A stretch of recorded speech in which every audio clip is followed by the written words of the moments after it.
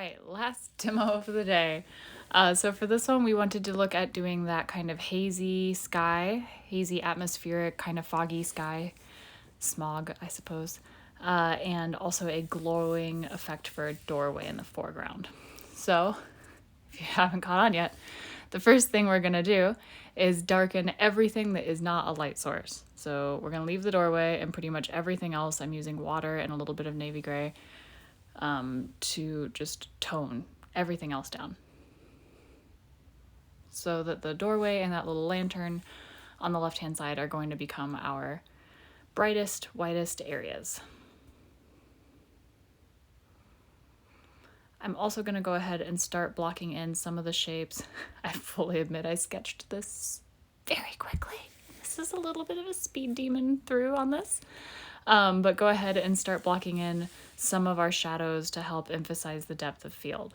Even though that little tower thing that I made in the background is going to fade into the smog, we're gonna still use the same amount of like contrast and shadow on it as we would if we were not having smog on it. Because with acrylics, we're gonna do kind of some glosses, glazes, and layering over it, and then they're going to knock it into the background.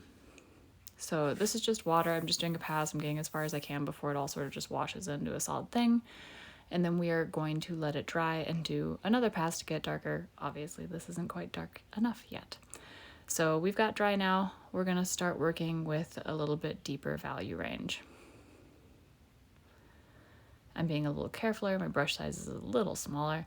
And I'm focusing on my darkest areas and really starting to block in the lighting as well as just darkening the values across the board.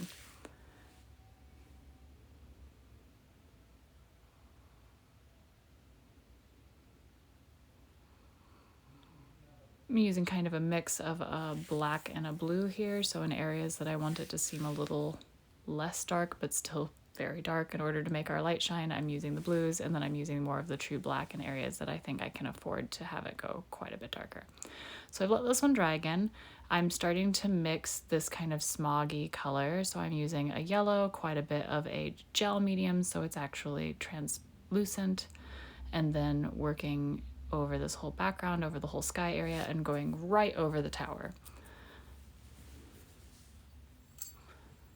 Now I'm going to mix a bit of white, a little bit of red, and create kind of a peachy, orangey, pinkish effect that I'm, with a bit of gel medium, once again going to start flushing in around the corners. We want that yellow to be more centered and the orange kind of to fade off to the sides and mottled as it comes down through the background. Making it a little purplier so that we've got a little bit of a deeper saturation, a little less gel medium, a little more saturation, and also the ability to kind of bridge our purples and oranges. Purple is going to be what gets us from oranges and pinks and reds over into our blues and our shadows. So I'm using that as kind of a color bridge to help darken in the outsides of the smog. A little more bright orange and yellow in the middle because I know it's going to dry down.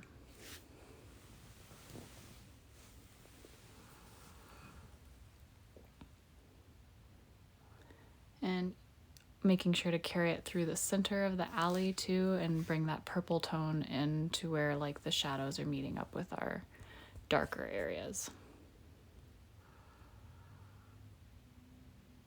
Jumping down to the doorway, I'm going to start by kind of laying in,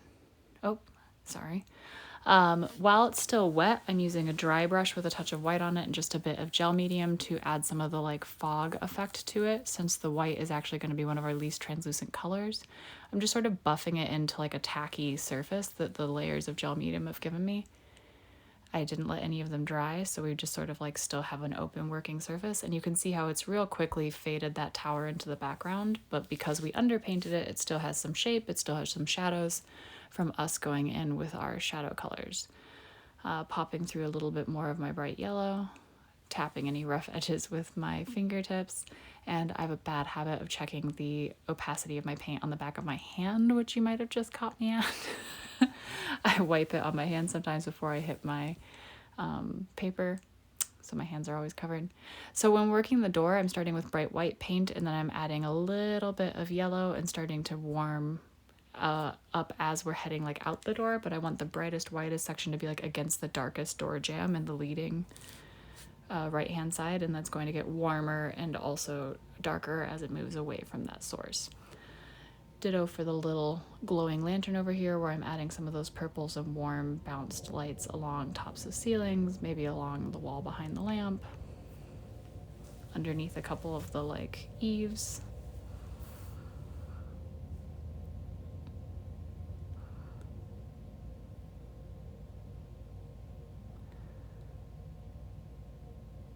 So pretty quickly you can start to see we've got a nice sense of depth. We have a nice sense of this building, the tower fading into the background. I'm sorry.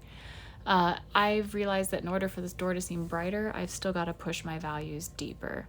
So if I really want this foreground to pop, I've got to create a higher contrast balance here. So I'm going ahead and kind of adding deep colors around the door frame. I'm adding it up through the roof so that this is going to be even brighter by contrast with that roof. There's our white. So I'm going to push it as far as I can to white without it seeming too overly glowy, and sort of feather out the edges with a bit of the yellow. Don't forget to where it spools along the floor there. I'm using the white to also put in a few of my highlights and to help brighten up that lantern. The highlights will look really bright right now, but know that we're going to end up going over those with our other glazes that we used along the atmosphere and in the sky, and that will help them blend in a little bit. Also using a little white on that back piece because I think we would still see the highlights coming through and the warmth of the windows.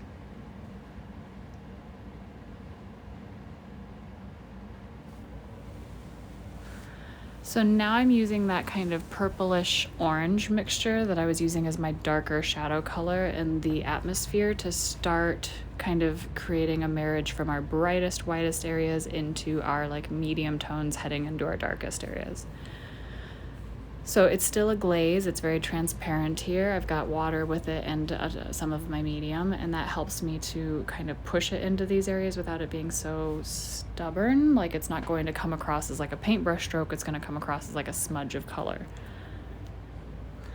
I'm going ahead and darkening the like center point of the alley along my vanishing points and across up the walls because I actually want it to feel like that is going into darkness, but the sky has haze, so it should still feel like there's dense buildings back there, and having that darkness added in gives it a little bit more depth of field.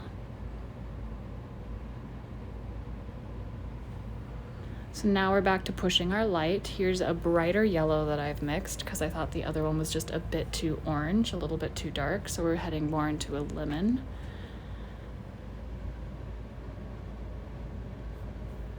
And then bridging it into the more orange on the door frame, inside corner of the door frame.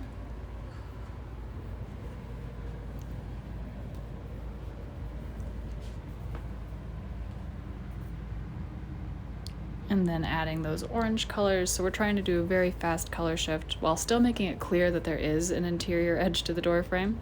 We don't want to lose that effect, but we also want it to feel like it's so entirely lit up and blown out by the effect of the glow coming from the door that it's just sort of like a shape and not so much of a like tone or color shift.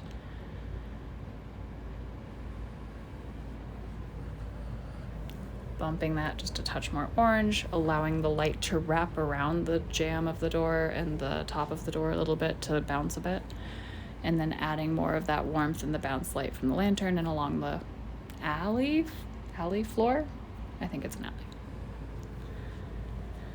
Using those orange glazes to help tint some of those highlights I put in so they're not quite so poppy, and to show some of that light as it reflects up and hits other surfaces.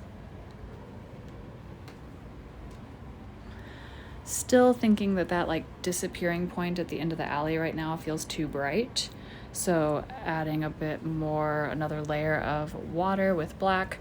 I always lay it down sort of choppy, and then I'm going to get a clean brush and just barely damp and sort of feather those edges, push them around and feather them until they have a little bit of a softer blend. But since it's a water wash, it does also have some translucency, which is on my side.